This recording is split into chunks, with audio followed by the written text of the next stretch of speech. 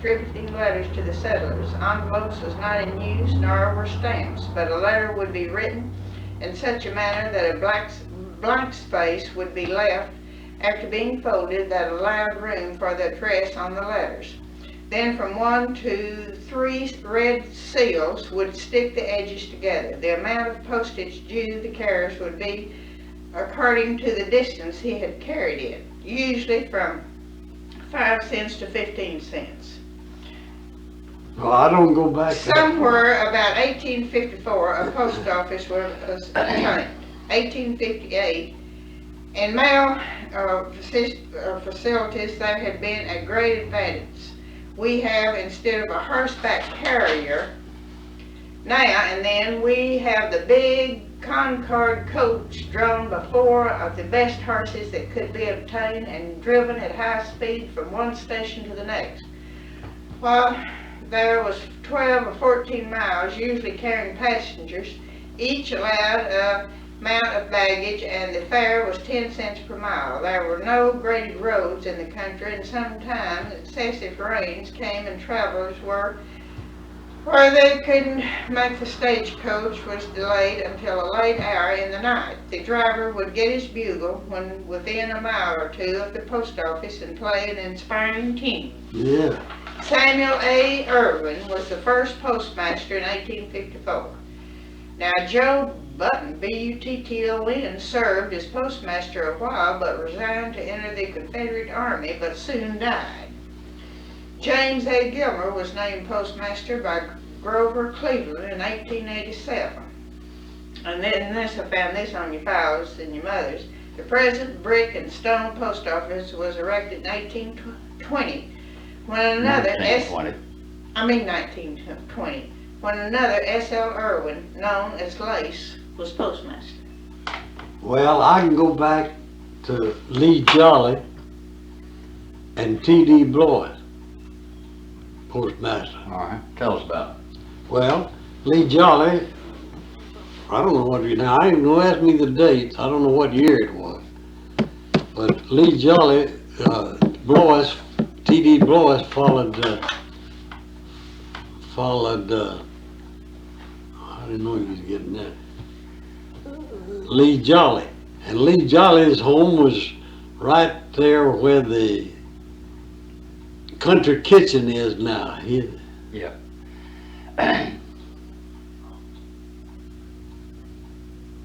Now, what were they? They postmasters? Yeah. Both of them. And I believe it was during Blois's time that we had the 11 rural mail carriers, all on horseback and carts, buggies. That took a pretty good batch of them, didn't it? 11 of them, yeah. I've got I believe I've got the names of those mail carriers.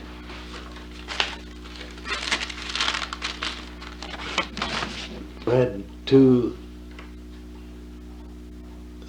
state superintendents.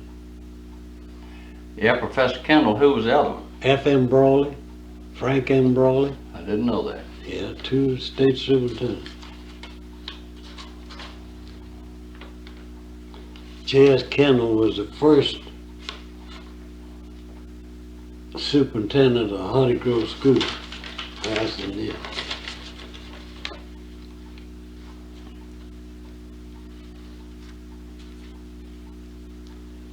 Now here's about your Union Church.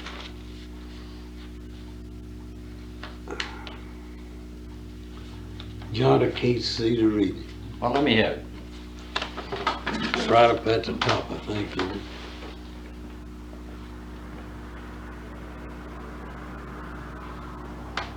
That's the old school.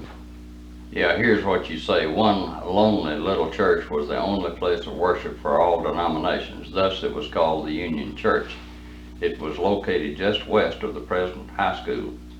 My sister, Mrs. Ella Russell, was organist. Honey Grove was noted for its large homes and these businessmen who had prosperously built them. T.U. Cole, S.L. Irwin, Fred Hockaday, J.T. Holt, P.M. Price, A.W. Richardson, W. Underwood, W.A. Williamson, and J.A. Williamson. And I might add to that that B.S. Walker built a whole string of buildings back before this time. The building now housing Collins Piggly Wiggly was a two-story structure, and the upper floor was used as an opera house. One-night stand shows played to overflowing crowds. After fire destroyed the north side of the square, all wooden buildings with the exception of the corner building just described. A large wooden structure known as Dramatic Hall was built after the fire on the lot east of the City Hall and served for public entertainments. Years later, the second story of the City Hall was used for the same purpose. The first firefighters were known as the Bucket Brigade, firefighting being done with buckets of water. The city later purchased two-wheeled hose carts used after the water system was installed by J.T. Holt. In later years, the city purchased the property, including the lake, from Mr. Holt. I might add my father was mayor at the time of the purchase. T.H. McKay was the first fire chief. In 1900, the year of the Galveston flood, the town received 42,000 bales of cotton. Indians from the Indian Territory, now Oklahoma, brought their cotton here to sell. There were 2 livery stables and 2 large wagon yards in operation. A.N. Kinsworthy and R.E.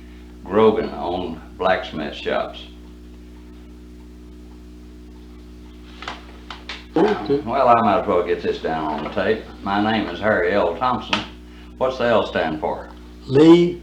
Harry Lee Thompson. I'm the son of the late Jonathan, Jonathan Quincy. Was that after Quincy Adams? Yeah. Jonathan Quincy Adams. And I was named for Light Horse Harry Lee. And Lucy Clemens, Clemens Thompson. I'm a native of Honey Grove, born July the 31st, 1885, and still live on the same block where I came into the world. Do you remember what doctor brought you in the world? I believe it was Dr. Pope, I believe. P-O-P-E? I'm not sure. Okay. The front 2 rooms of my home were used as a schoolhouse, where my mother taught the first school in Honey Grove. I am the only remaining member of my family, had 3 sisters and 1 brother. These are some interesting facts and incidents that I recall during the early days of Honey Grove. In 1836, Crockett and his men were on the way to defend the Alamo and camped in a grove here and discovered much honey made by bees and named the spot Honey Grove. This information has been handed down orally from generation to generation. At one time, 3 banks were in operation here. I don't know whether they were needed to take care of the surplus money or available to make loans to the citizenry. J.S. Kendall, and that was Joseph S. Kendall, was the first superintendent of public schools. I recall that he sent to Germany for a youth to work as a cook in his home. His name was Fritz Messerer, who later went in business for himself and came to be our richest citizen. Other early superintendents were F.M. Braley, B-R-A-L-L-E-Y, Yeah, Brawley. P.E. McDonald, and others. Mr. Kendall and Mr. Brawley both served as state superintendents in Austin. Mr. Kendall also went on to North Texas as president of the school, I believe. No. Yeah. Yeah, he sure did. Well, I don't Yeah. know. But Probably North Texas Normal or something. McDonald, well, McDonald left here and went to North Texas. Yeah, he went there as registrar, right. Registrar. Yeah. A little more information on Harry Thompson. Harry started work at 10 years of age in Honey Grove at the Signal with his brother-in-law, the late J.H. Lowry. What did the J.H. stand for? Hardy. James Hardy. James Hardy. Lowry. L-O-W-R-Y. The Signal and Citizen were consolidated in 1929. Harry was named editor after the death of Hugh Moyer on March the 1st, 1938. Continuing in that capacity until October 29th, 1954, at 69 years of age. The Signal Citizen was destroyed by fire in 1955. G.K. Fladger died February 1955. Harry returned to work with the paper after he'd once retired, the paper was printed in Ladonia. This was after the fire, right? Yeah, I go over Ladonia. And has continued working part-time since 1964. You were editor of the Signal Citizen for 16 years. 17. Well, you got down here 16. 17. All right, now what year did you quit? It was 69, wasn't it? I retired. Did it say that? Well, it doesn't really say retiring, but I guess it was 64.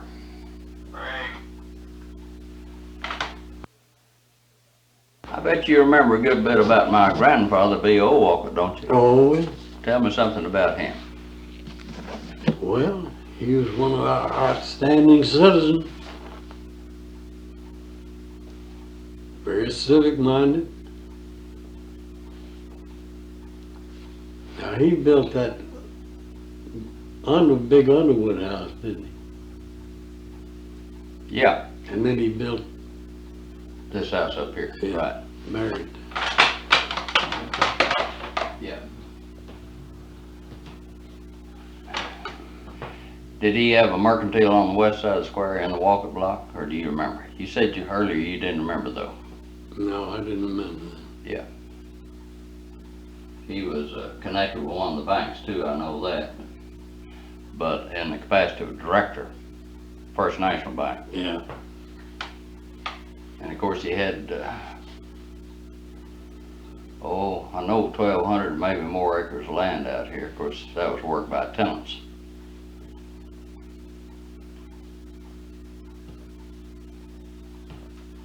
Tell me some more about the, you mentioned in our earlier discussion about the Wall School. Yeah, Is that where the present grade school is? And they, elementary school. yeah. And that the first football game you ever saw was played there? Yeah. And that was interesting. He said the football players wore shin guards and nose guards. That's all that. And they played sharp. Rubber, you've seen his rubber nose guards. Keep Yeah, them now back that you in- mentioned it, yeah, I remember the nose guards. They used them when I was in school. Harry, we met a doctor, Roth College, Yeah. and he told us he could remember when Austin College had come over here on Well, Saturday and played Honey That's Grove. that's who it was, Austin College. They beat Honey Grove. We Wall beat 'em School. every time. Beat them, yeah. And they'd stay all day and they'd have two games. Yeah. And said Honey Grove would beat them all the time. And they played right there where the lunchroom is now, on that lot there. See, this was a boarding school. Wall School was Yeah. a boarding school. Yeah. Now that's Smith Institute, you asked. That was, Walker Institute. well, it was a Smith school there where Wall School moved into their red brick building. Right there, you see the boys' dormitory was there on the corner next to Mary Palmer's home there. And then there's the brick two-story school building there. I see. But that was the Wall School. Yeah. And the Walls, I believe, were from Missouri or somewhere like that. No, it's Tennessee. Tennessee. Yeah. Did you? You didn't go there though. You said you Yeah, didn't go. I went there a little while. Yeah. Not long. I wonder how many boys or how many people were housed in the dormitory. Could you make a hazardous guess at that? Well, you said it's two-story, didn't you? Yeah. I imagine there was 40 or 50 come here. Well, there's a we know a Mr. Binkley from Binkley. Sherman. Yeah. Do you know him? Yeah, he came to school. Yeah. Yeah, and he ran around, and we've got a picture of him with all the girls and all. Yeah, well, And he's still living, and his mind's just as alert as it can be. well, how old is he? Oh, he's He's way up in his way up in his 90s. 90s. Huh? 90s. Way up in his 90s. Yeah. You know, when Goody Blue passed away, Yeah. and Miss Bentley came over, who brought her over? With Nina Farrell. Nina Farrell brought her over, and we couldn't go to service because she's way up there too, and Nina says, now if you want to Well, go, Nina was here for the yours. yeah, says if you want to go to service, just go on and just put her in a chair and let her sit. Harry, tell me some more about that wall school. That's really interesting. Well, there was 5 or 6 boys. Sim was the older of the Wall boys. S.V. Wall was the Teacher? well, no, he was the head man. Sim was the main teacher, and there's Athy and Dick and Robert. They all of them taught in that school. And operator. Now Robert is the youngest. He didn't do much teaching. Yeah. Now, which one did you say was the administrator, you might call him? S.V. Wall Senior and S.V. Wall, that was Sim, Junior, he was the head teacher. And they taught such things as Greek and Latin and Everything. everything Yeah, you could just think like of. a just about. college. Yeah. Yeah. I found a schedule of courses in an old newspaper at the Wall School. Yeah. Was that coeducational? Yeah. All right. Was the dormitory for boys and girls both, or just boys? Boy. They came here primarily from what? Paris, Clarksville, as far away as Sherman, or Oh, out of state too. out of state? Huh? Yeah. Then it must have been a widely known school. Well, it was. Had a good reputation. Yeah.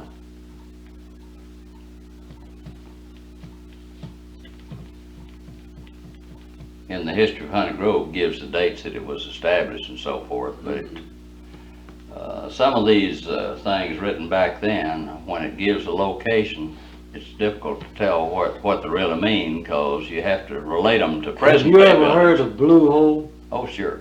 Tell me about something about Blue Hole. Well, that's where we had all our picnics. Yeah. That was down there on the rock, you know. Yeah. They wasn't bothered with ants and shoes. We'd go down there. Oh, yeah. Well, I made a mini picnic down there. Oh, yeah. And it had a pretty good swimming hole too, wasn't it? Yeah. Well, tell us about some of the picnics you had down there. Well, they were just picnics. Well, we asked you about courting, but you got married at what, 15? 29. 29? Well, your wife was how old? 26.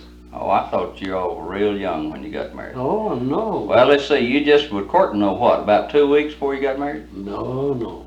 It was a year or more. Well, you lied to me, Harry Thompson, because one time you told me that you just, you all dated just 2 weeks and got married. I didn't tell you anything Yes, of the you kind. did. I'll tell you what I told you. I told you I had to go from Red River to the Gulf of Mexico and clear across Texas to find a girl that had me. That's what I told you. On the newspaper at Rockport. Your wife and her sister owned a newspaper at Rockport, Texas. And they did all the work themselves except turn the press. press with hand leaf. You know, that's what, when I went to work, we had the old man named Mr. Willis, the grave digger out at the cemetery. On press day, he'd come turn that on press. Yeah. And what did he do? Have a big wheel that you had to turn by hand? Yeah, I had a big wheel and Had a handle on it? the wheel, you know, and he'd turn that thing. Yeah, Kind of wind up like a gin wheel, wouldn't it? yeah, Had a flywheel. yeah. And the grave digger turned the press on Yeah. printing day. Yeah, yeah. He know Mr. Willis. He dug all the graves, cemetery.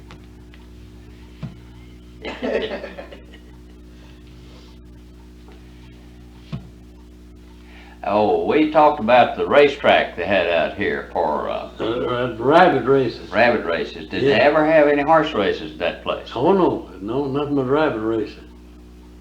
Well, I know that they had a racetrack for horses here in Honey Grove at one time, because I've run across newspaper accounts of it, and accounts Did of. you ever see a rabbit race? Never did. Well, it's a wonderful sport. They turn them big jackrabbits loose and then give them a little start, and then the dogs go and get them.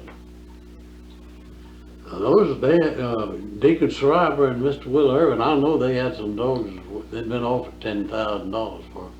But the darndest dog I ever saw here, old man Love that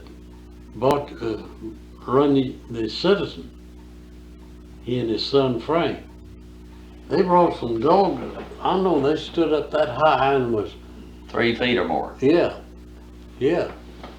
Some kind of, I don't know the name of those dogs. Great Dane? No, it wasn't Great Danes. It was more of some kind of a hound. Yeah. And they lived right up in where D.R. Black lives now. That was their home. What was their name again? Ed Love. Ed Love. Yeah, I've heard that name. What did he do? Well, he owned the Citizen. Yeah, okay. And his son. What did he do with these big dogs that he had? Were they raced in the jackrabbit races? No, they'd hunt wolves. Wolfhound. Yeah. And one of the greatest sports was bringing the stranger to come in town, you know, and they'd take him out snipe hunting. Yeah. Some fellas don't take them out there and leave them all night by themselves and holding that bag. Yeah. And darndest thing ever, Gene Block and Newton Mellon, a bunch of them, fella coming in and posed as Jesus Christ that he could walk on the water. They took him out and threw him in the city lake and told him to go to walking. Yeah. They had to get in there and get that man out. He couldn't even swim.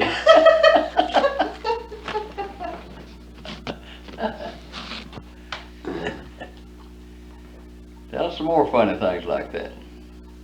Well, I told you about being the nigger baby, didn't I? Oh, tell Thelma that one. Now, that was really good. What was it? Well, Thelma, we had the 4th of July picnic. And my wife and Amy Waltermeyer and Ms. Bonnie Grimes, and there were 6 ladies in this carriage, beautiful decorated with white flowers all over, and big white horse, one horse pulling the surf, and they were in the parade. They had a nigger footman, you know, that led the horse, and they had white umbrellas and everything like that, you know, and they stopped in front of Black and Little's drugstore on the west side of the square there to get a drink after the parade was over. And I told my wife, I said, I'm going to be in the parade. We hadn't been married about a month, I think. So,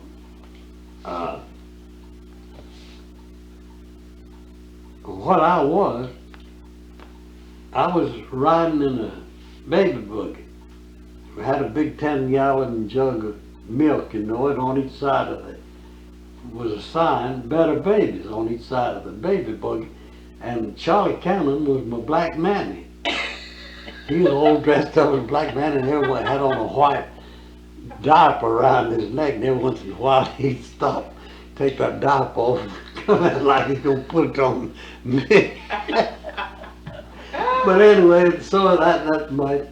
But while my wife was over there with these other women, they were sitting out in front getting a cold drink, you know, after the parade. There's 2 women in the country there, you know, and my wife heard them say, "They tell me that nigger baby is the husband of a white woman." Well, I like to kill, and I've been in minstrels all my life. Yeah. And she never would allow me to get into another group. Tell me about Bad Eye. Bad Eye? Yeah. Oh, That's Bad Eye Yoakum, wasn't it? Yeah, Bad Eye was a good old friend of mine. He was a porter. Did you work at the Black and Little? Well, now, Or work at the pharmacy? he worked at the pharmacy. Let's see. It seemed like there was Shorty Sneed here. You don't remember Shorty? No. Well, he was a little. Oh, Midget? midget. Yeah, and he was the joke of the town.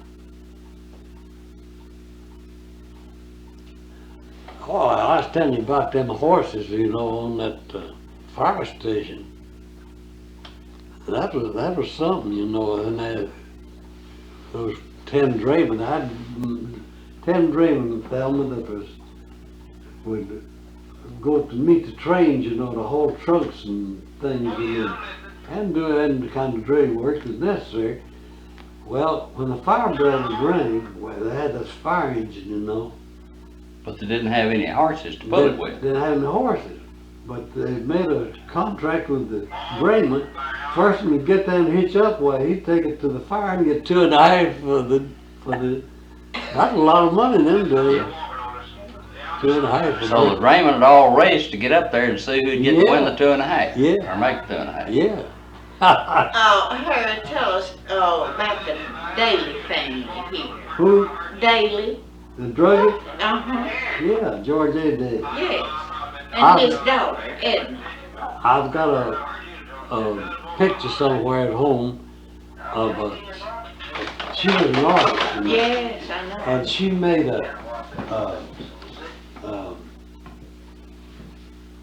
well, it was just a regular bust of a woman out of snow.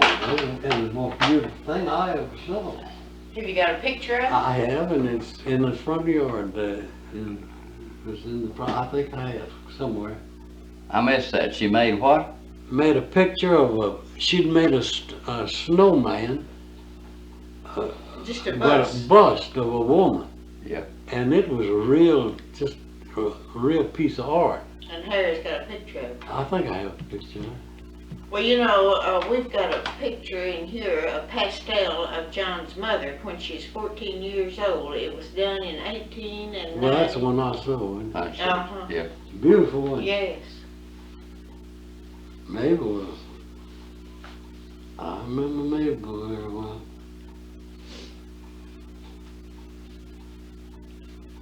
You remember my Uncle Gib and Uncle Pete? Oh yeah, yeah.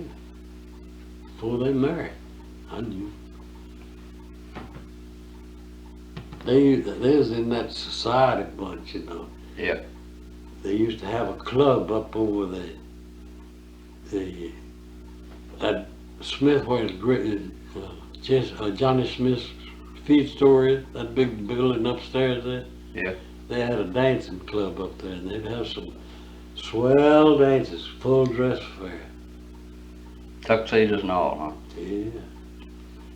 Yeah, full dress and tuxedo.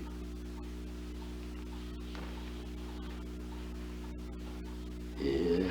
Well, there was a tremendous social life here and there. Oh, I should say there was. Yeah. Yeah.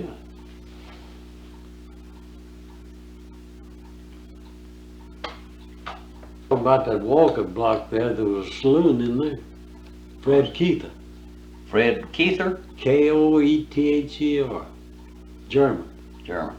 And you had to have a beard this long to walk in there. I was a little kid, you know, delivering funeral notice and circulars, things like that, when I first started to work at 10 years. And if I started in there with a circular, he'd meet me at the door and lead me out. He sure didn't let any young kids in No, his he didn't. saloon then. I heard you know anything about what went on in the back end of the saloons. Well, I do own Kirby Brothers over on the west side where Boyer's office is now. All right, tell us about that. Well, that was a big gambling place. Back in the back, they had a deck in there where they did the gambling. Had a And, balcony? yeah, had trap doors in it.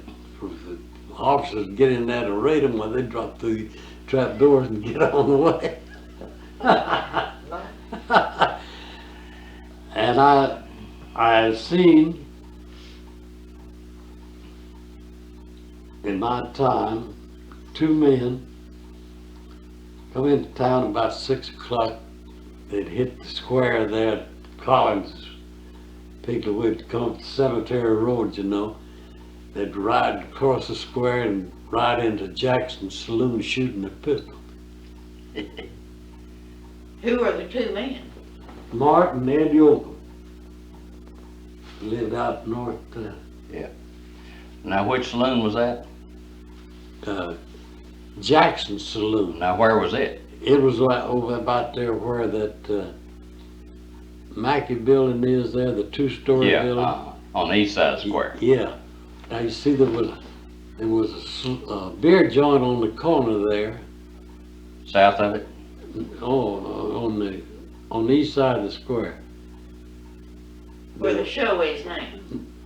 No, where Bill's store Oh, is there. Bill's on that Yeah, corner. okay, all right. Main and That was a Sixth. beer joint. Yeah. Now there's one there. You know who ran it? I believe it was Bill Bird. All right. And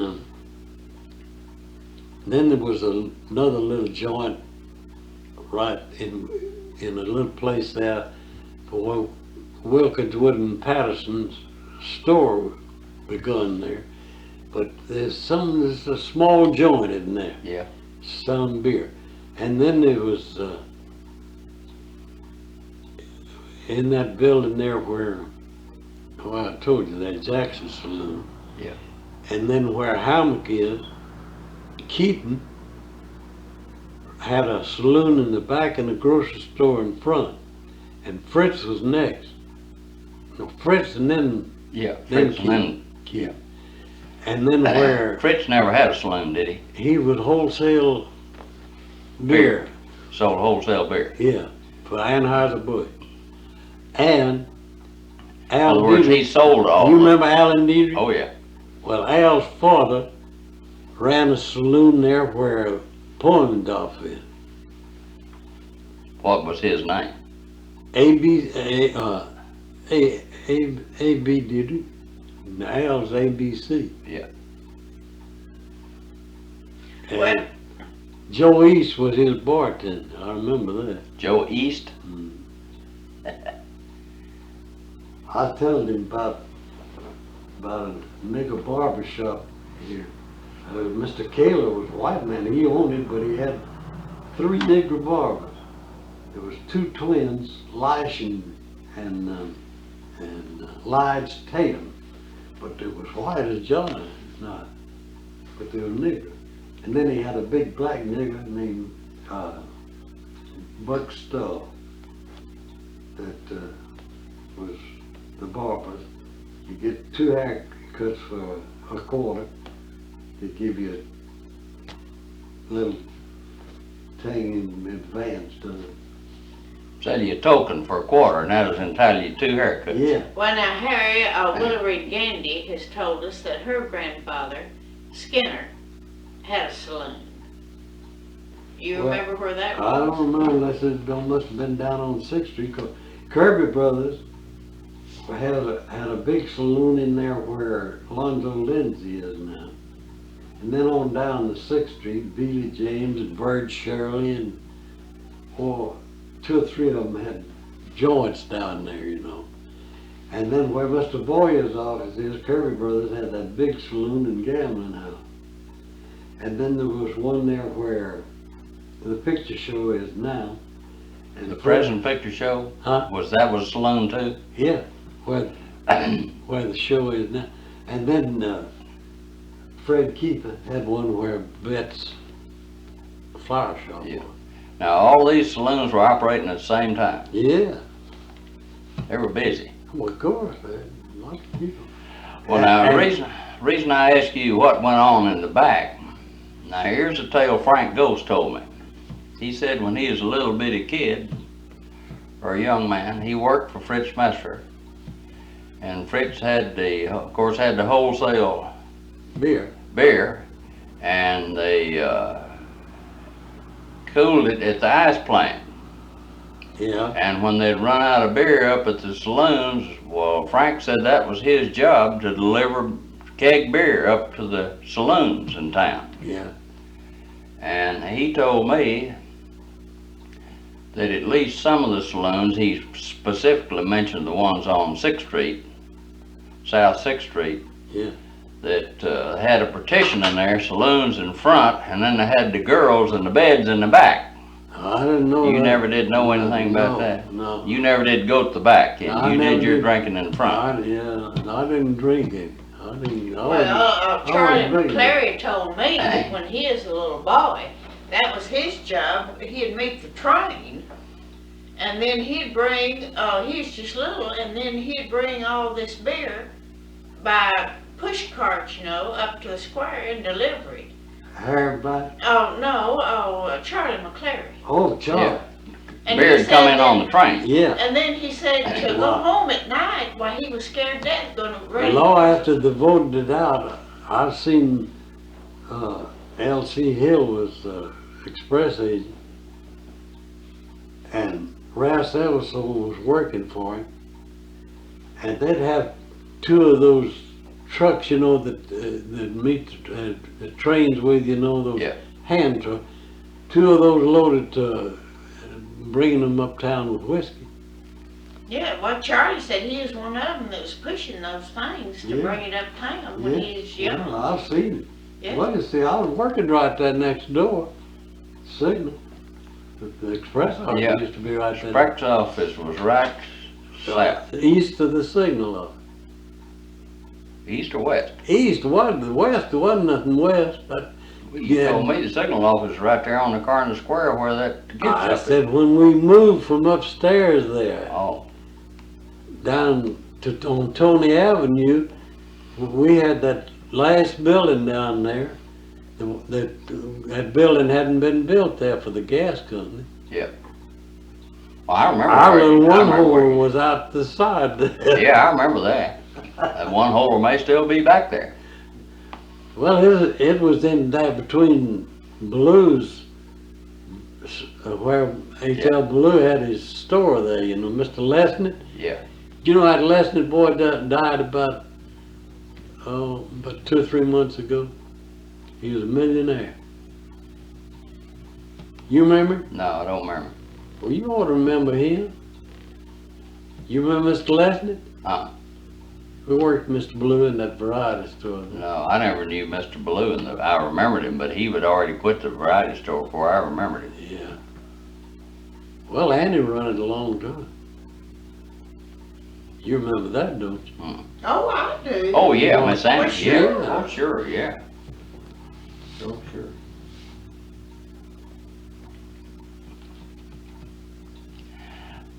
You remember anything about when Tank Holt built City Lake? Yeah. I don't remember the date. Well, I know the date, or I've got it somewhere. Well, I tell you, we didn't have any paved streets or anything. And then that road down 14th Street, he used to haul wagon and after wagon load of hulls and meal, for his oil mill down there to feed his cattle. He used to have a lot of cattle. Had a feedlot out there, did he? Yeah. And I've seen them wagons just sink down to the hull. I remember one time Ringland, I believe it was Ringland Brothers or Sales Float though. They had to get their elephant to come there and pull one of them wagons up out of the mud. They were showing on the dueling lot, we call it then. That's where the baseball, Field is now. yeah. Oh, And they use the elephants to pull Tank Holt's wagons out of the mud? Yeah. oh. Yeah, that's how muddy it was. They'd just sink down in that mud if it rained a day or two. They dug that city lake with teams and Fresnos, didn't they? Yeah. I wonder how long it took them to dig it. Oh Lord, that must have been a year or I more. expect it would take a year or more, what they had to dig it with. Yeah. Yeah. And, They didn't have any power tools in those days. no. Only power you ever could have anywhere was with a steam engine somewhere, and of course that'd be stationary power. Well, Colt Galvin used to run a threshing machine Yeah. with a steam engine. Yeah. That's Dick's daddy. You remember Dick? I not only remember Dick, but I remember Coke, and I darn sure remember feeding bundles, because that's one of my worst recollections, was my dad would make us feed bundles of oats into his old thrasher Yeah. when I was a kid, and I didn't know what was the matter, but I've always had a dust allergy, and I'd cry and I'd sneeze the whole time. You know, when I got my last tooth out, what your daddy did to me, he'd like to kill him. See, we worked there together. Yeah. Well, I was up feeding that press one day, and I got out for something. Fletch come along there, you know, I think he'd been to the little boy's room or something like that. And he says, open your mouth. I opened it. You know, he done me like that. And he said, Harry, I wouldn't have done that for anything in the world. Said, it's like scared me to death. Said, it's wonder I hadn't broke your jaw. See, I didn't have the teeth in there, you know. And he didn't know it. Yeah, he knew it, but he just wanted to have some fun, you know, with me. That's right, that's right. And you know what I told him? He always made fun of me for writing obituaries, you know. Yeah. I said, old boy, when you go, there ain't but gonna be but 3 words said. Gone to hell. Yeah, I remember you telling him that. Gone to hell. Oh, listen, I got to go. My wife's down there scared. Yeah. We'll have another session. Well, yeah. Well, this that's, has been fun. Yeah, I tell you what we need to do. I've got 100 or 2 old pictures, and I've found out that you can go to looking at old pictures, and that'll bring back memories that you hadn't thought of, Well, maybe for 50 or 75 maybe years. so. Did you ever know about Bailey Park? You know where the dumping ground was? No. What do you know? Well, Harry, I'm 50 years younger than you are. Well, the dumping ground used to be out here. Dr. Daniels owned some land out that way, you know. What, southeast of town? Yeah, and you remember Myra Smith's daddy, where where his farm was. Yeah. It's out. Yeah, I know where it is. Yeah, well, it's on that other road, the dumping ground was, and they built a big park out there, Bailey Park they called it, named it after Joe Bailey. And That was Senator Joe Bailey. yeah, Wasn't it? Yeah. yeah. Oh, everybody's naming things after him. He was a big man. Yeah.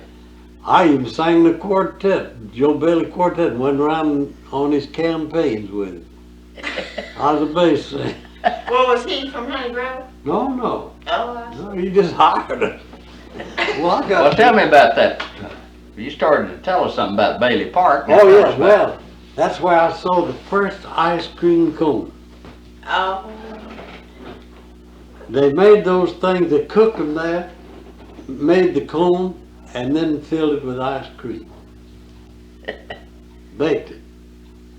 My goodness, who did that? I don't know who it was, some traveling thing like a carnival was out there, you know, and Yeah. that's the first ice cream cone I ever saw. And Walter Williamson made the first crystal set radio that I ever saw. Yeah. Probably made the first one that's ever around here. Yeah, I guess he did.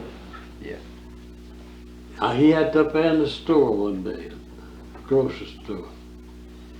And he let me listen to that thing, and I was like scared me to death. I got Say, Harry, you remember when you turn them old sets on? The what? Those old radio sets, and you'd go fishing, you know, to see how many stations you could pick up, Yeah. and everybody'd go to town the next day. Oh, I got station so and so. Illinois. Yeah. Claude McCollum. Let's He see. had. WSN Chicago. He had, yeah, he had one that, we had the ears, you know. Yeah, earpiece, you earphone. could divide them, earphones, you could divide them. I'd listen while Lucille listened while he would listen while Claude listened while. Yeah. Where's my hat? You're sitting on it. Bless my heart. We'd fight over who'd get the earphones. Yeah.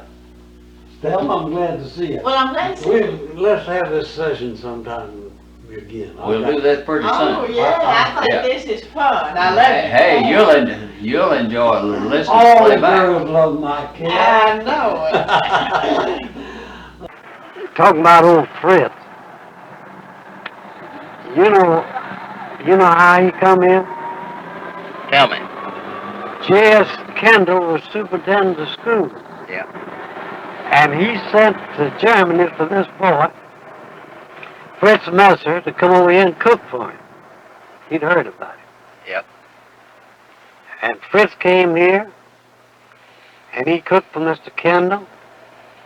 And then I don't know how long he worked for him. But anyway, he opened up a restaurant. He was a good cook. Cook oysters, I believe, better than anybody I ever saw in my life.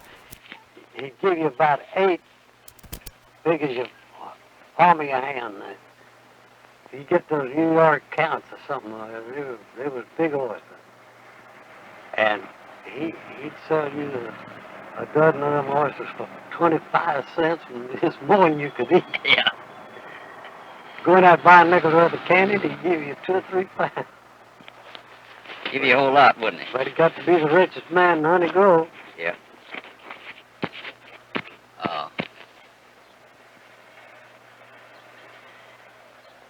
How'd they invent slang jang? Well, the old story about slang jang is that there was about a half a dozen or so fellas who was got in the grocery store one night, and they got to drinking a little, and they got too much, and they started mixing up a lot of canned goods, and they called that slang jang. Yeah. And you know where they really did that? I don't know whose grocery store. It was old Fritz's stores where it was. Well, I don't know about that. And you know who the boys were? No. It's Uncle Pete and Uncle Gib, and I forgot the others. And how come me to know? Well, it's a very good They dish. had their pictures taken, and Mother wrote on the back the first batch of slang jang, and Yeah. the ones that did it. And she had the names, and I loaned that thing to Woodrow Warren, never got it back. And now I can't even remember who the rest of them were. Like me, I let Swain have a. Is it on? Yeah. What's the recipe for slang jang, as you remember it? Well, you get you a small sized tub. Yeah. And you open, I'll say, a dozen cans of tomatoes, dozen cans of oysters, dozen cans of salmon, onions, pickles cut up, diced. Sour pickles. Yeah, sour pickles, vinegar, pepper and salt, crackers broken up in it, and a little ice, and you got one of the best dishes you ever put in there. Yeah. We had it at home a whole lot, and I remember all that. I still make it. But we didn't put salmon in it. I don't either. And it's a lot better with it not in there. Yeah, I don't like onion, but that's what they had. They put the salmon. What we put in it actually was Tomatoes and oysters. tomatoes, oysters, pickles, and onions. Yeah, that's what. And then a big chunk of ice right in the middle of it, and get Yeah. it ice cold. Yeah, that's what I make. Delicious. I'll make it, yeah. It was whole onions, tomatoes, wasn't it? Cans of whole tomatoes? Yeah, but you cut them up. Yeah, cut them up. I used to make it for the lodges here. Yeah. George Carlock used to make it for the Odd Fellows Lodge every once in a while, but he put salmon in it, and I can't stand it with that in I there. don't know. It's no good at all.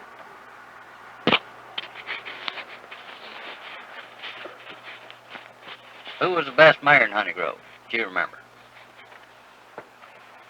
Well, we had some good ones. We've had some bad ones too. Yeah. We won't talk about the bad ones. I don't know whether old man Myers Smith's daddy, Hint Smith, was the best one or not. He was a good one. All right, now tell me about the Smith Hotel.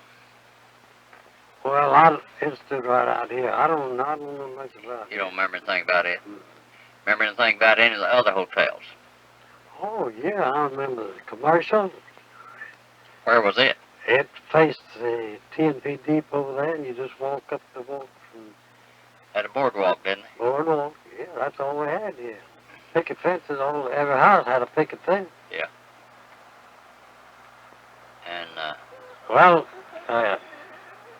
the commercial hotel sat on the lot that's now vacant city lot down there. yeah, well, and part of the Jaeger house was there where that filling station is now.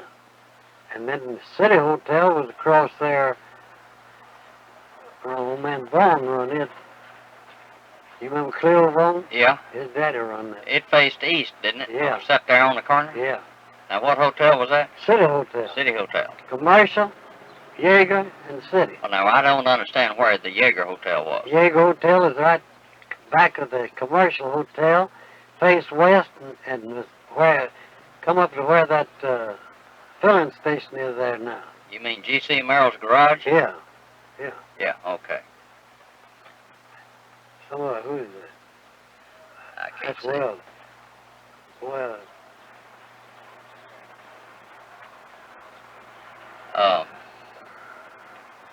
When they had the funerals here, did they have big turnouts?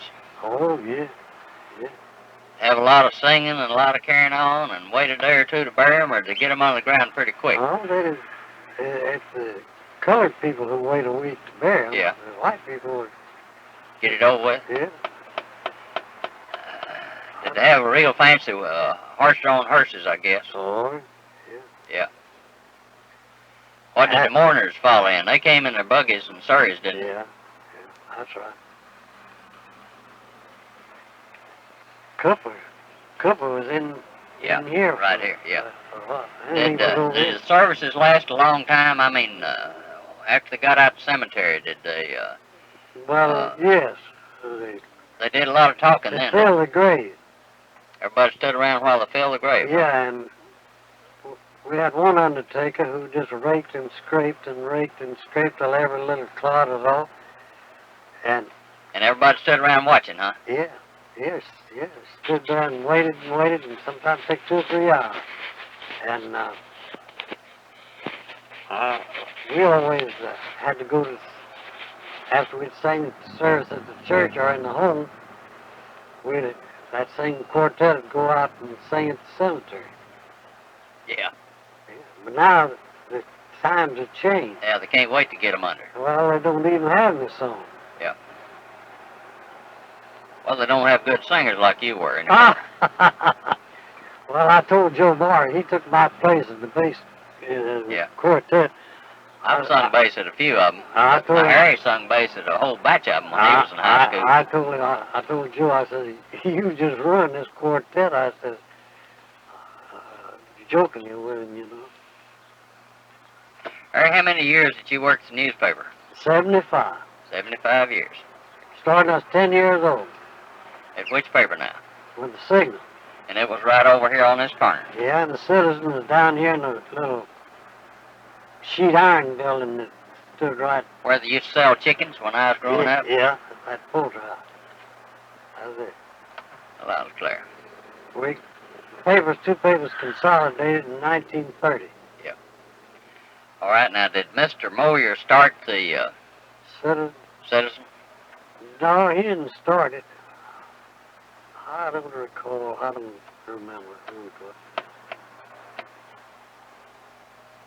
You know, I haven't ever run across an old newspaper that he was the editor of. I've found a few when Mr. Larry was editor, but none of his, none of Mr. Moyer's. Sure, a Weekly Texas Citizen. Yeah. That was the name of it. Yeah, he's right down there. Well, I tell you what. Sam Fryer taught me the printing business. He was a printer with Mr. Lowry. Sam Fryer, F-R-Y-E-R? Yeah. A-R. Yeah, S.B. Fryer. He left him, went to Clarksville, and brought out the Clarksville Times. Well, that's interesting. Is it working? Yeah, I think so. It's kind of hard to tell. Yeah, go talking. Let's see if it's working. Well, Yeah, now it's working good. Good. What all did you do in that? I remember when I was, in high school and I started working with Signal, you could set that type handset just about as fast as a man could run a line type machine. I could, yeah. Miss Clyde and Laura and I both set a galley hour. Yeah, Handset? handset. Yeah. Can't anybody set tall now. Just about. No, they take pictures of it, cut out paper dolls. Paper dolls. I told them when they got cutting out paper dolls, it's time for me to quit. Yeah. Tell me some things about Jim Larry. Well, he was very eccentric, one of the best writers I believe I ever Heard of. And it was self-made with him. He never did go to school any. He came out here from Bells, Tennessee when he was young. Printer. Yeah. Stopped on the way in Arkansas and worked a while. And he had been offers from large daily papers, to come and work for him. He never would consider it. Just stay here on his hometown.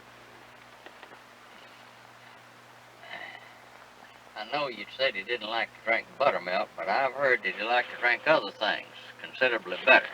Well, I agree with you. The fact is, I was told by one of our elder folksmen around town here that point it that way, that he used to go on Trades Day tours, and he'd be the principal speaker at each town, and probably between speeches he'd step behind the platform for a little nip, and before the day was over he's having a hard time making it, had to be kind of propped up. Was there anything to that? Well, he never did get more than he could handle. Yeah. But a little prop wouldn't hurt. No. Well, I'll tell you something here about the public. I'll tell you something here, not the public. all right. Cut it off. No, just tell me. Well, one afternoon, about 5 o'clock, I'd had a car, Just let it sit there. and he says, Harry, says, when we quit, will you take me out north town here? Yeah, well, started out there, kept going and going and going. Come to a fork in the road out at Sash, north of Sash there. And he says, stop right here. He went over there and kicked some leaves from the way around a tree. And there's his sack of corn liquor. Well, he had to have a nip every now and then. Oh, yeah. Well, everybody did on them days. Yeah. And Jim Larry says, stop the car right here before we go any further. Says, now, it's a good ways over to Boswell. And says, every bridge we go over, we'll stop and take a drink.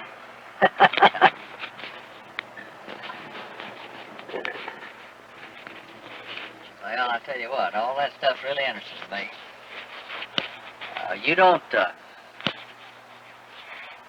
You all remember the stagecoaches? Well, no, What year were you born? 85. Well, Lord, they were running stagecoaches clear on till you was 20 or more years old. Yeah, but I know that, but, well, Bob Brown run one, something like a stagecoach from Santa Fe Depot and T&P Depot meeting the train. Yeah.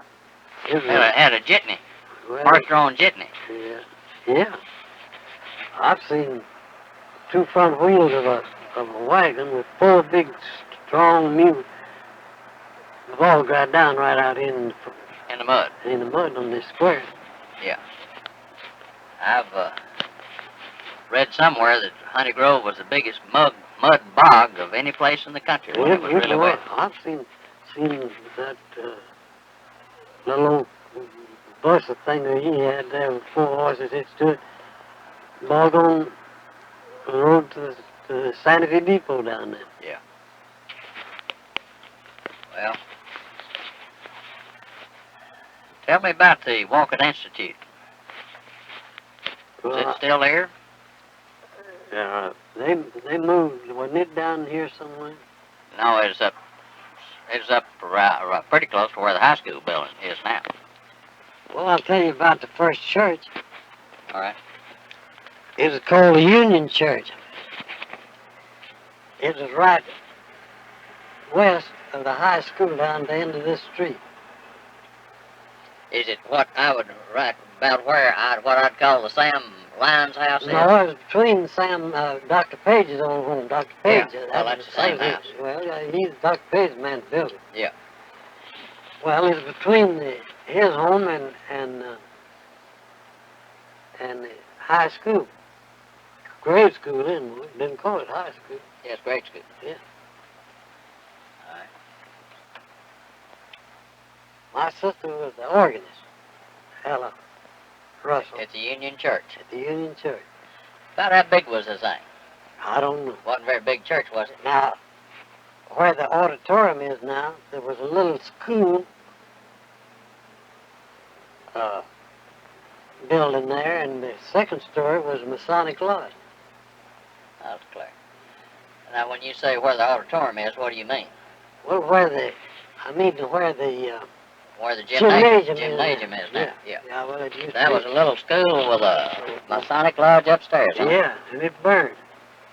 And when I went to school, it was still, the framework was still there. We used to go over there and play there. Yeah. Kids. I never go about the 3rd grade. You wasn't too interested in school, was you? I got my education right, sitting tight there and Working getting, in the newspaper. yeah, and Jim Larry get that ball play.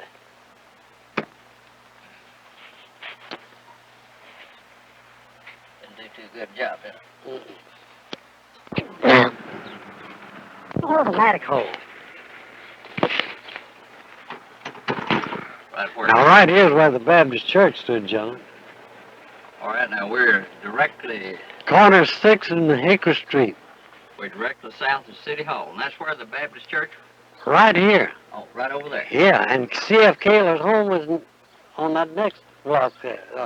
Baptist church then is where the Ford house was when I was growing up. Yeah. And when my daughter Linda graduated, the high school was upstairs there. They're building this new one. Well, yeah, right. They're building a new building. And right here was the dramatic hall where they had shows. This right. was after the Opera House burned, Yeah. and it was directly on the city lot direct. And they moved part of it over there back of where you live. For a while and used it for a hay ball. Yes. That was a dramatic hall. How big was it? Oh, it was an immense thing, and they cut off one room here, and it stood there just a piece of it for a long time. Yeah, You I have remember a that? picture of that. Well, I thought maybe you remember. When they moved the dramatic hall, then they cut off one room and left it sitting there. Then didn't Yeah. they? For Justice Peace Court. Yeah. And then the Opera House was upstairs, yeah. Had an opera house in the upstairs in City Hall. Yes. Yeah. Well, that's interesting. I sure didn't know that. And the Masonic Lodge used to be up over Yeah, where the signal. Signal was. Yeah. Yeah, right. And I tell you what, the Baptist church is right on that same amount of property right there. Yeah. And that on up there was to the other building, was wooden building. And there was a tree stood along there outside of the church, about where that entrance to the Masonic building is. Yeah. And I climbed up that tree one Sunday morning, fell out of it and was plumb under that, stuck a nail clear through my foot. Yeah, I tell you where I was baptized. Right there in Reverend the J.H. church. Taylor was the minister. Wouldn't have any idea when that thing is built, I don't guess. That church? Yeah. Oh, Lord, yeah, it'd be over 100 years old now. Yeah. Oh, I asked you a while ago about Black and Little. Now, my grandfather Black, Dr. Black, did you ever remember him? Yeah.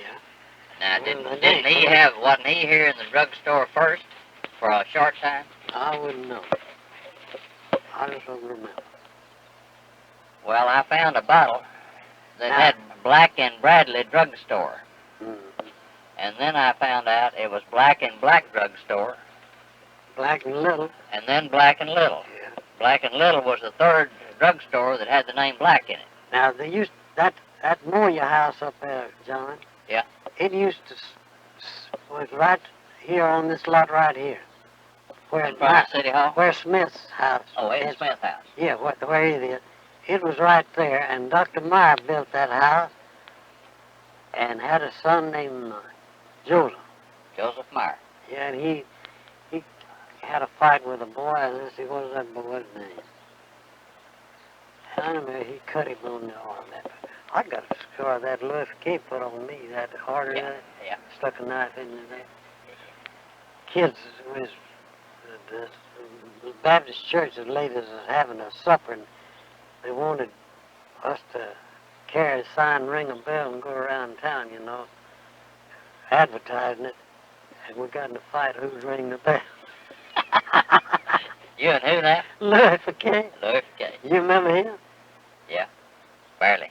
Well, now there was 4 of those K boys. Theodore, Charlie, John, and Louis. And 1 girl, Beth. Now, one of them was one of them the fire. Yeah, fire. John drove the, well, He was they the was driver. all along the fire department, but Theodore was chief and John was the driver. Tell me about that old fire department Well, when they had the steam engine fire truck. I belonged to it then. Did you? Yeah. Did you make many fires? Oh, yeah. And not me, I make them? Yeah. I made them all. I'd leave this signal office over there and get here at the time the thing went out. You see, they didn't have any horses. There's about 10 dray lines here. When the fire bell rang, they'd all make a run for the fire station first and get in and hook up or took it out.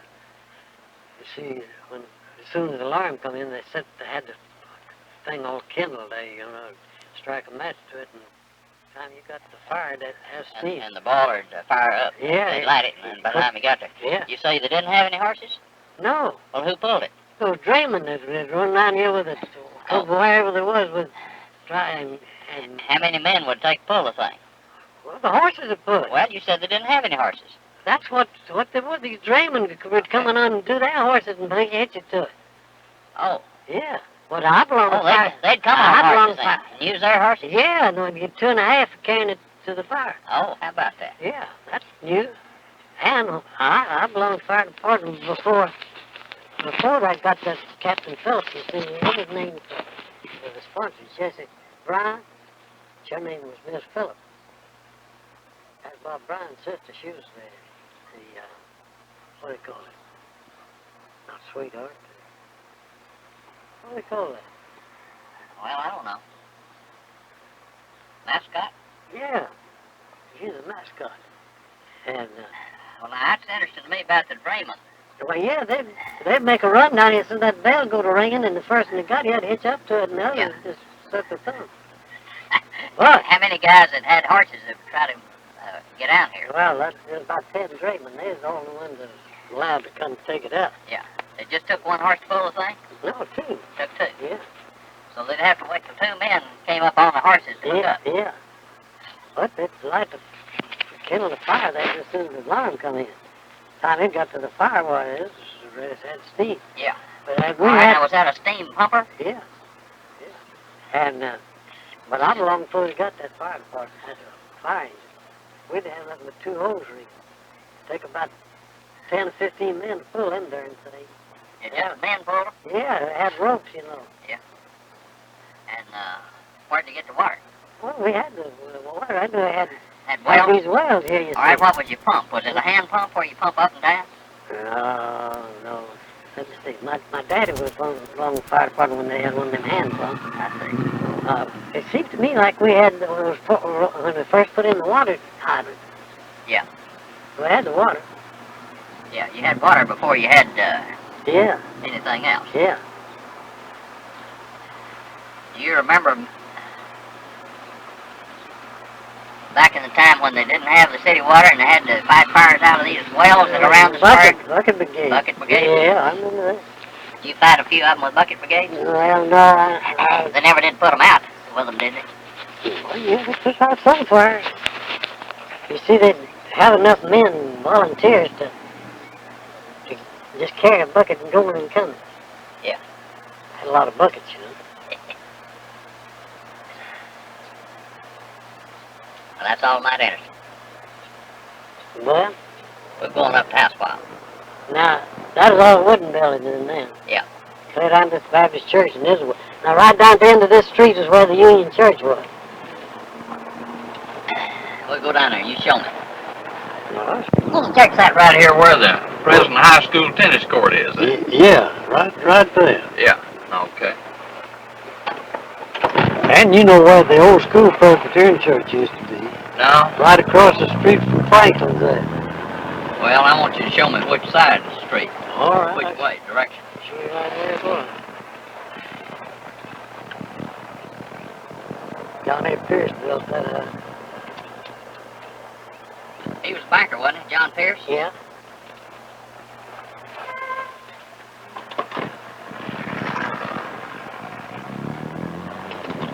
C.L. Wood built that house. C.L. Wood built the firing house. Yeah. What we call a firing house. Now right here is where the old school Presbyterian Church was. You call that old school Yeah. Presbyterian Church? Yeah. Okay, that's the Hembry House to me.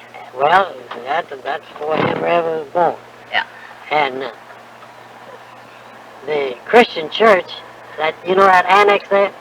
Yeah. That was the sanctuary of the old school Presbyterian church.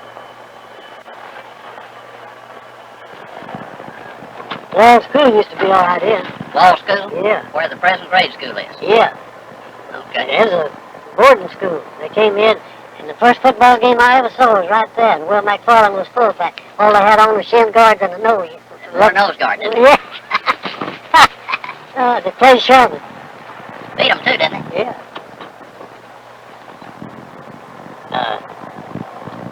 I had another gal, but Patterson.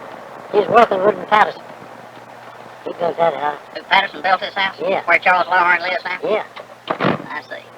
And Mr. Ballinger used to live right here. Where Ira Thompson lived? Yeah. Yeah. Well, who lived in this house? Donaldson. Donaldson built it? I remember Yeah, Donaldson. yeah, Donaldson. And was that the doctor or was that his Well, father? that's his father. The boy's father. There's two doctors. Yeah. There was Horace and W. Watermeyer lived right there. Yeah. Tom Trout built that house. He had a trap. Ain't that a pretty thing?